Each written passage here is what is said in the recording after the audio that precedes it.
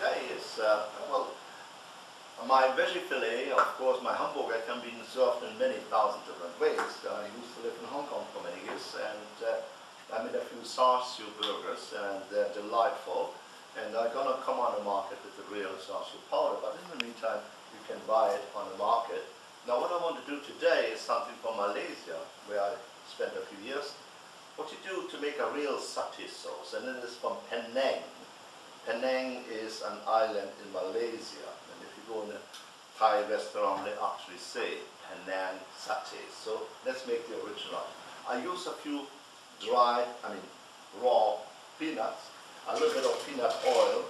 Now this is all a little bit complicated, but there are small steps you have to take in order to make it perfect. Actually rewarding you, the whole family gonna be happy. So what I do, I just blend it up for 2 seconds to give it a little scrunch. Chop up the peanuts, not too much, just a little bit. Off we go. So what I do now, I take this peanut and oil mixture, put it in a frying pan and roast it. Now that gives a lovely flavor, a lovely smell.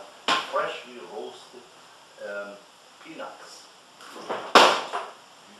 The peanuts are now nicely taking color. Very careful. This operation is very, very hot.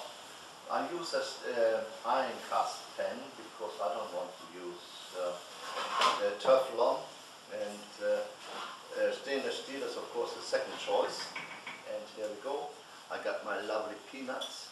I take a few of them out, put them aside for my hamburgers, and I add those freshly roasted peanuts to my hamburger.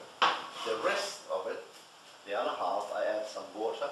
Now, if you like, you can add now some choppy onions, garlic, and ginger to come up with that real nice flavor. And if you got fresh chili in the house, that would do even greater. So the only thing I add now is some water, but very, very careful. This is hot oil. So it easily can splash. So we bring it to a boil, let it boil for a few minutes.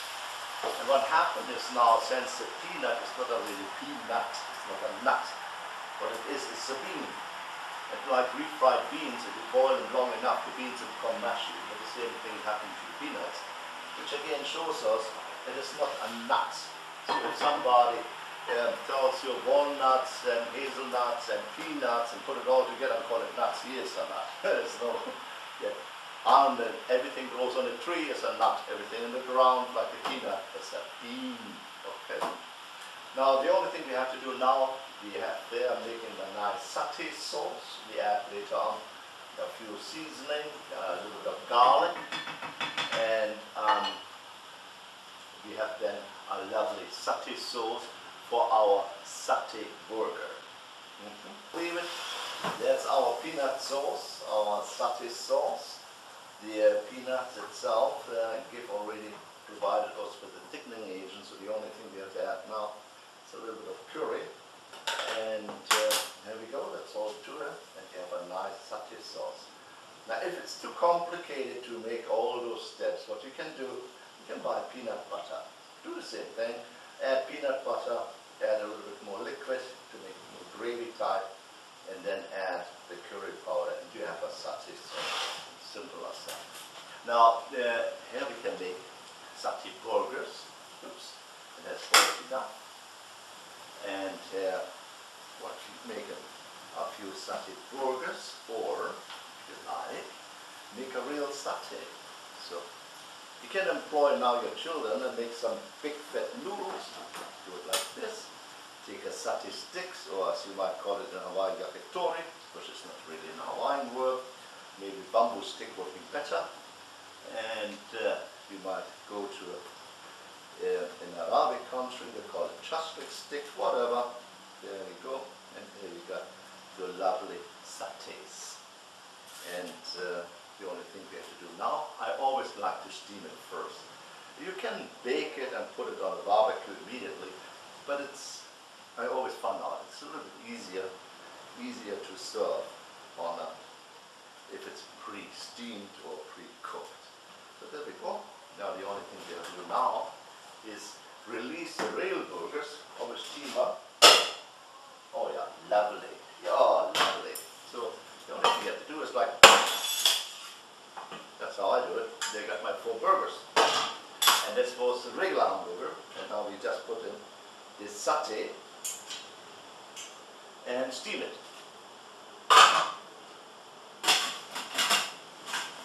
It is 10 minutes steam, and we have our, after the steaming it is over, we have now the satay, 2 satays and 3 burgers.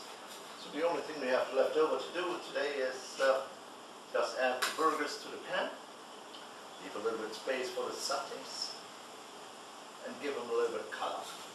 Once this has been achieved, we prepared already our satay sauce as a garnish, as a condiment for the burgers, respectively for the satays. And the good part about it is, if you ever go to Malaysia or Thailand, you will see on the roadside the guys with the beautiful barbecue stove and keep on turning the satay and giving a beautiful barbecue smell. Now, I don't have one of those satay broiler, however, any barbecue will do, and you have a beautiful barbecue, and you have a beautiful flavor of roasted satay. The satays have gained the color, the burgers as well, so the only thing we have to do now, flip them once more, take out the satay, and add the burgers. And oh, not to forget, turn off the flame. You can set your house on fire. The satay sauce over the satay, and here over the burgers. And voila, there we got our little thing done for today. What we have made is a satay burger, satays, and hamburger made with the bell pepper and onions, sauteed onions.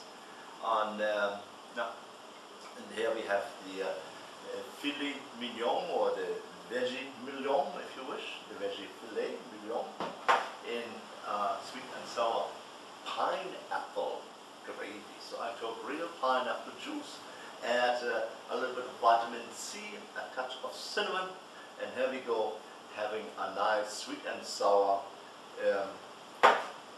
pineapple gravy, garnished with bell pepper and onions, and if you like, add a little bit of a few cubes of fresh pineapple, makes it even nicer.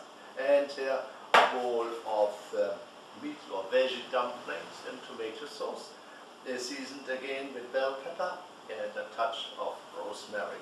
Something very delightful. And as you can see, each one just took 1 cup of my veggie fillet powder, and 1 cup costs you less than $3 if you wish. So this whole meal, very nutritious, full of protein, is less than $3.